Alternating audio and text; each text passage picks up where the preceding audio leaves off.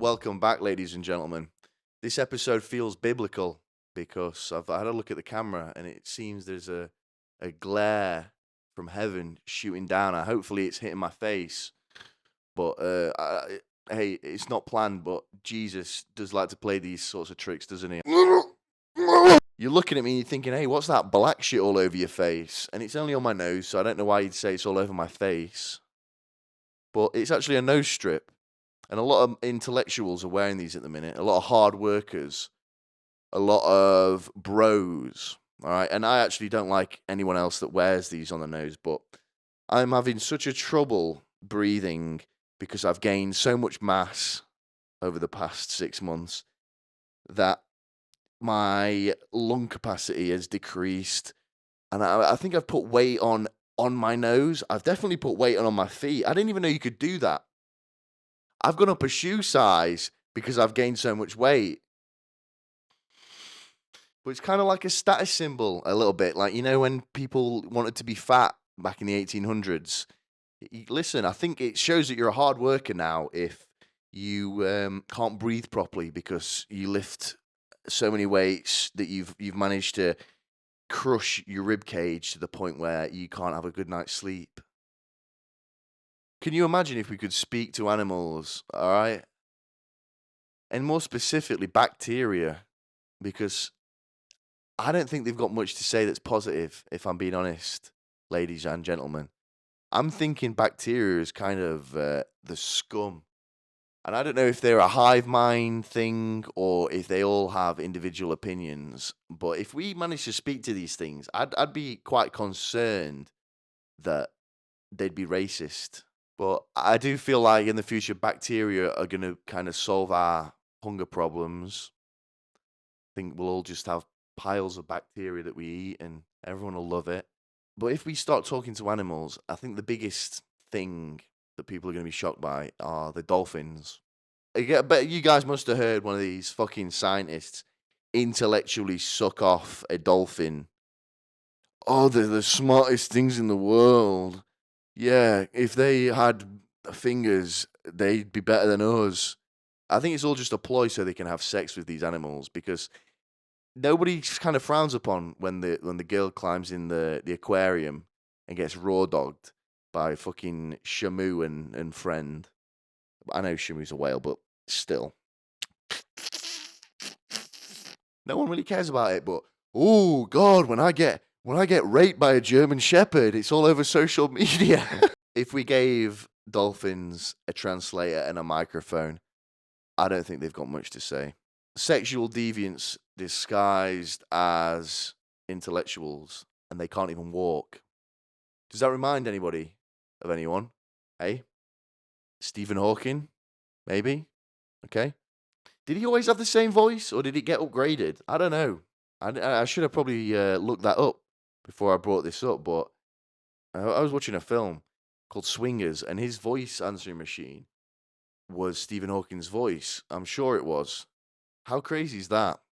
That he was just having the same voice as like a load of other electronic goods.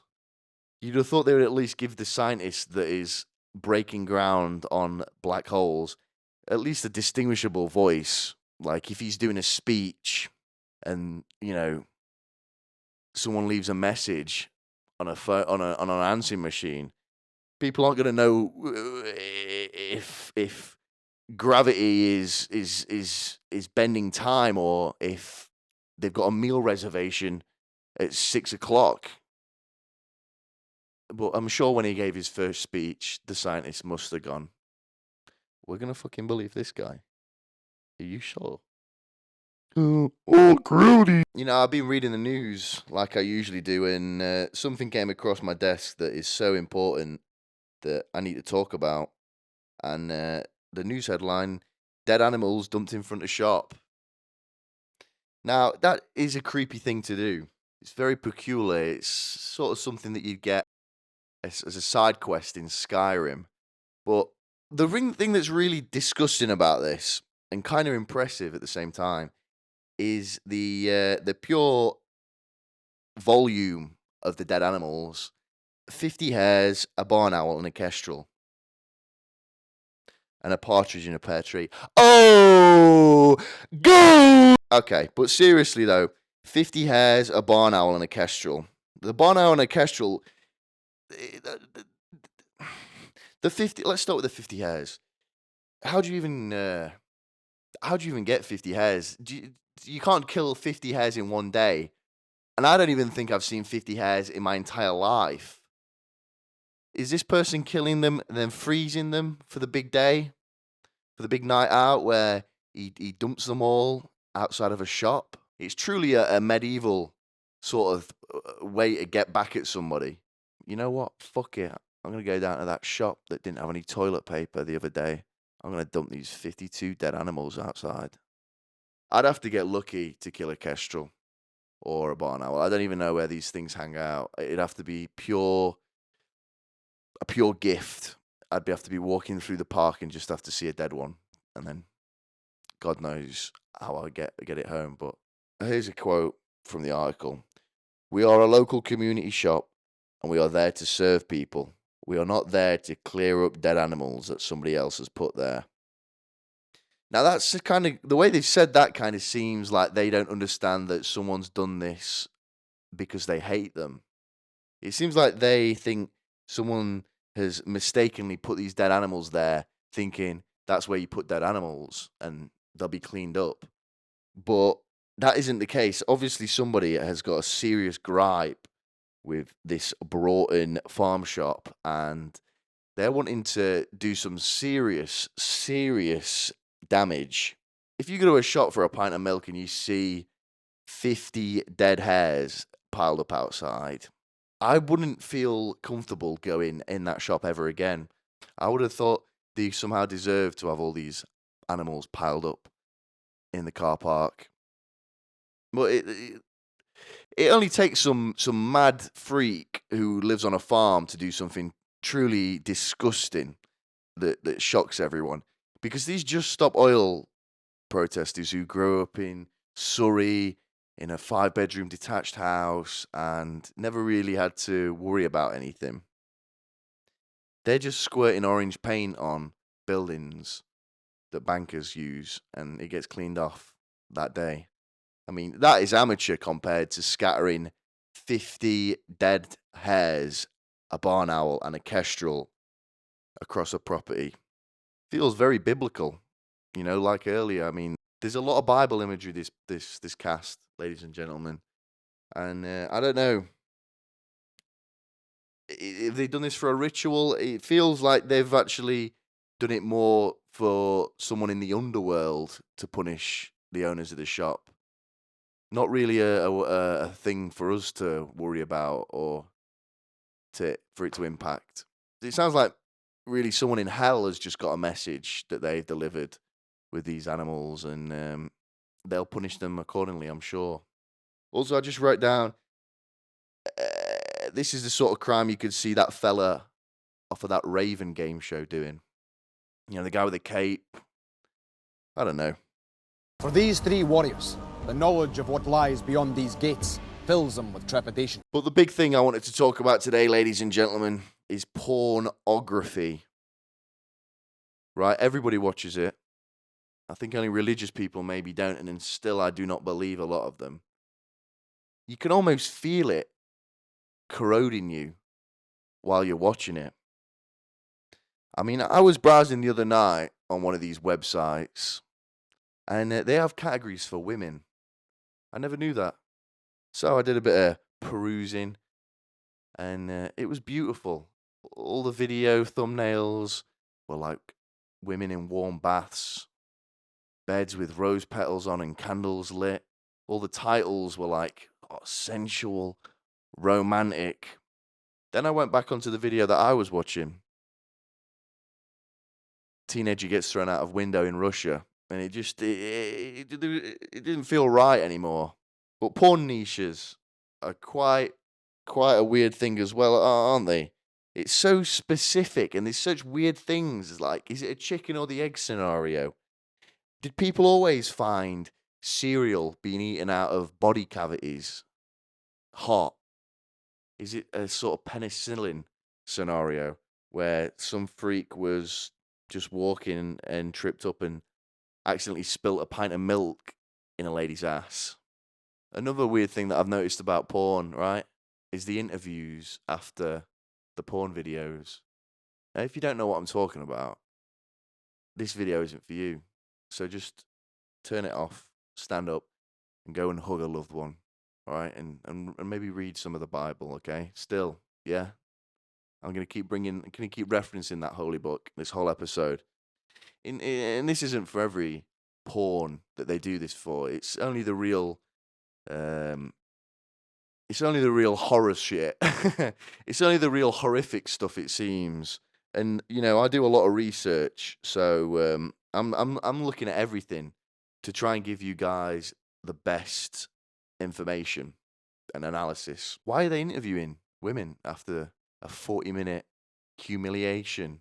Is it for insurance purposes, or is it for when they get served a class action lawsuit and they can go, hey, look, what's she talking about? I mean, here's a video of her coherently answering questions about what percentage milk she just had inside of her. What's all the milk stuff, dude? Listen, this is all just. I think it's funny that type of porn, and I don't watch it. I've seen it, but that doesn't mean I watch it. And it's a crazy thing to. I don't even. Yeah, it's just wild. What type of cereal? Anything really, isn't it? Did these people study journalism at university who are asking the questions? Because they don't even ask good questions. I mean, if I had a porn star in here, the sorts of questions I ask would make her eyes well up with tears. You don't have to ask her these bog standard questions after she's just been used as a toilet.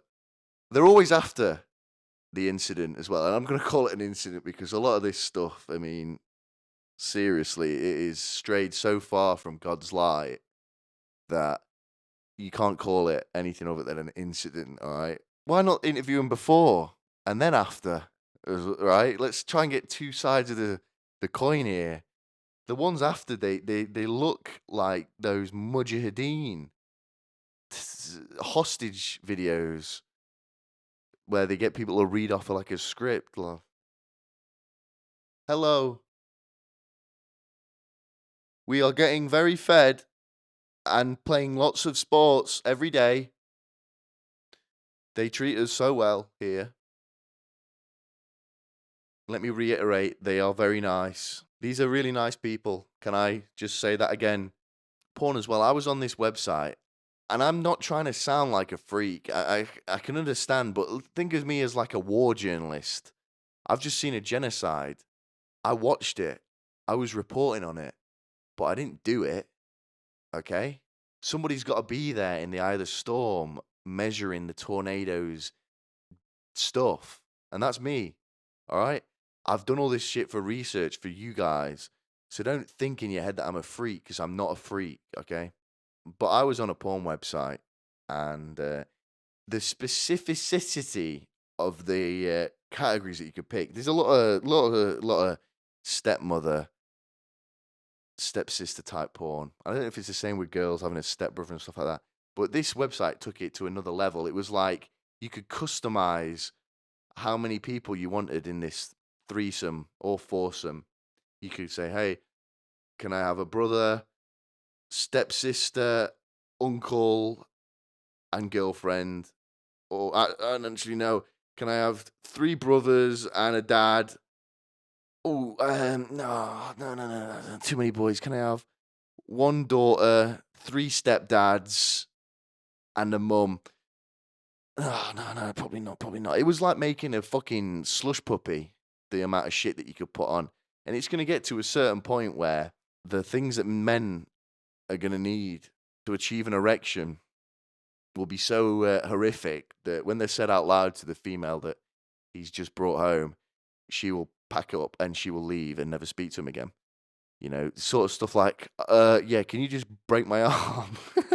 Just hit me over the head with this baseball bat and withdraw all the money out of my bank account and don't lock the door. Listen, I'm going to go dig up my dead nan, and when I get back, can you throw this boiling pot of water over me? We all are going to knock pornography, say that it's smut, it's not real. But it is art, isn't it? We don't want to admit it, but it is. There's nothing more artistic than milk and cereal. Again, this guy with the milk, what's his problem? There's nothing more artistic than someone pretending to be a toilet, is there? That is the deepest character work you can possibly do. Daniel Day-Lewis hasn't even come close to pretending to be an inanimate object. The method acting is phenomenal, and people don't respect it. So I think we should treat it like it is as good as acting, and we should do it like Into the Actors Studio. These interviews, we should have a smart English guy asking him, "So, at 12 minutes 14, when you threw up," and we'll even get questions from the audience. It'll be so perfect. I mean, I should run the world, shouldn't I? But instead, I'm just sat here with an iPad. I'm going to say something crazy here, and I want everyone to be sat down when I say it. I don't think I would like my daughter to be involved in porn. There. Burn me at the stake. Potentially my granddaughter, though, because there is some disconnect there. And I don't mean emotionally. I just mean, from what I understand, your grandchildren are the ones that you can push into oncoming traffic and feel very little remorse over it. You can spoil them, though, these grandchildren, can't you? And it does seem so fun to be a grandparent. The only thing is you've got to be a parent first. And I always tell people, I say, I can't wait to be a grandparent. And they always laugh, okay? Because I've not even got kids yet. I wish there was a way to skip having children. A direct responsibility is something that I don't want. But something that gets brought around every 2 weeks and I get to spoil, please. You could say, "Hey, bro, why don't you be an uncle?" And that is okay, but they have even less obligation to keep you alive, don't they? Everyone has uncles, and let's be honest, everyone's uncle is a bit of a knobhead.